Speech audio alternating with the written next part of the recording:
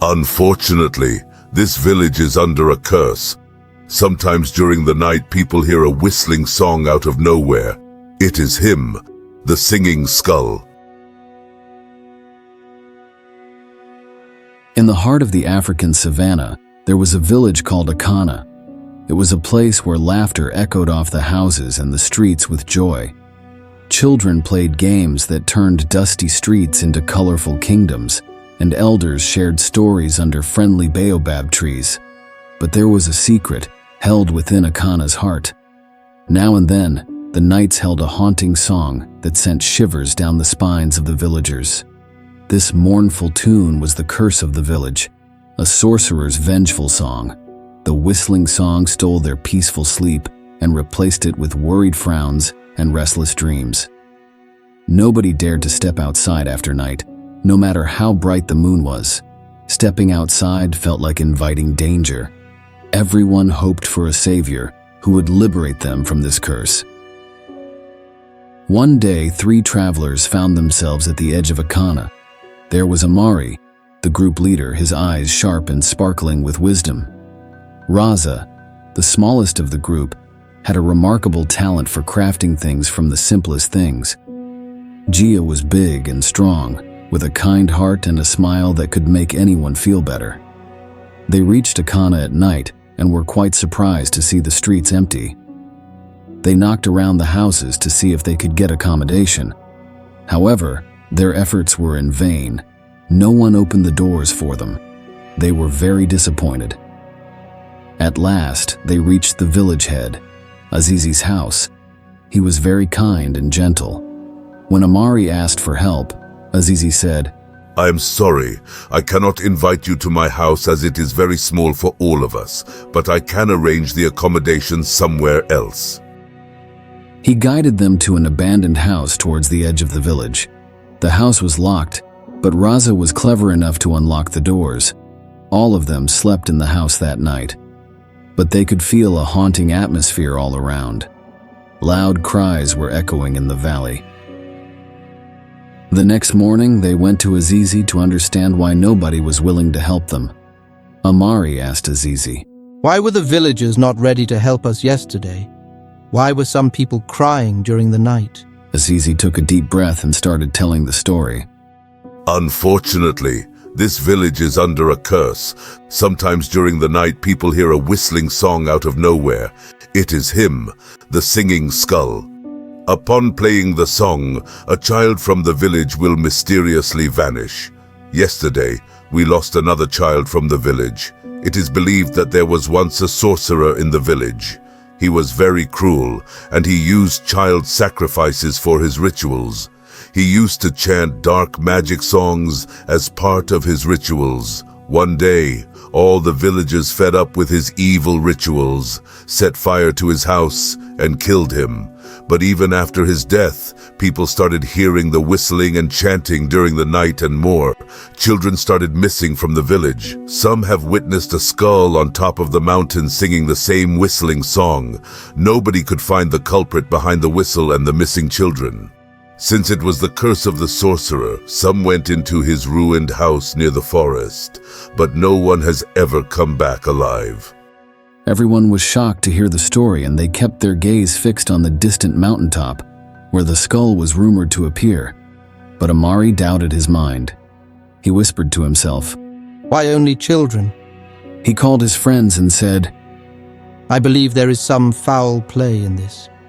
Tomorrow we climb the mountain of bones. We will face the ghost of the sorcerer's curse. Let's find the truth." The next day, Amari and his friends climbed the mountain near the sorcerer's den. To their shock, they could find mysterious carvings and magical writings all over the walls. The surroundings were dark and filled with mystery. The place was so vast that anyone could lose their path. They decided to take their chance.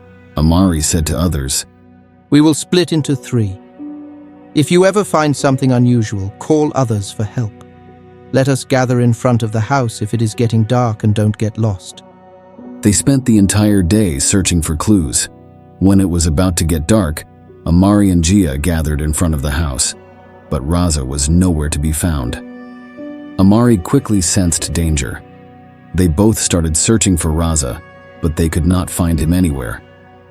They quickly reached the village, informing Azizi of the situation, and urgently asked for help in searching for Raza. Azizi, with a heavy heart, declined. He said, I am sorry for what has happened. It is the sorcerer's curse. I cannot spare my men because we have already lost quite a lot of people from this village. We will start our search tomorrow morning as it is already night. Amari and Jiya, with a heavy heart, went back home. They couldn't sleep, too worried about what happened to Raza. In the middle of the night, Jiya quietly woke up Amari. He said, Amari, I heard the sorcerer's whistle now, and I feel someone is inside this house. Suddenly, a mysterious figure came out of the darkness. Amari and Jiya were stunned and stood motionless. They could not believe what they were seeing. The next morning, the village woke up to a loud cry. A crowd gathered at Azizi's house as his son had gone missing. Amari and Jiya swiftly went to console him. Amari said, Dear Azizi, we are sorry to hear about your son. It seems the sorcerer's curse has no end. Yesterday it was our friend Raza. Now it is your son. Azizi replied. This is not the work of the sorcerer. They did not whistle yesterday after taking the child. This is someone else's act. Suddenly there was complete silence. Amari asked Azizi, How do you know that they whistle only after taking the child? Azizi stammered. No, that is the curse, right? Jiya replied, Don't lie. At first you told us that a child vanishes in your village upon hearing a whistle. But now you are saying that someone will whistle after taking the child. You have been caught this time. Suddenly a loud cheer filled the air. All the children who went missing from the village have returned. Along with them was Raza. As everyone stood confused, Amari said, These children were not taken by any sorcerer. The village head was behind it all, kidnapping children and making them work in his mines near the forest. The sorcerer, the singing skull, and the rituals were just a cover for his deeds. Whenever a child has been kidnapped, the kidnappers will sign the village head by the Whistler-Toonie. That was the signal. The village head was cheating you all. Everybody was shocked to hear that. They asked, But how did you know about this? For this, Raza replied, Someone kidnapped me while I was searching for clues in the sorcerer's house, and then I heard the sorcerer's cursed whistle. They took me to the mine inside the forest, but luckily, I escaped from their captivity.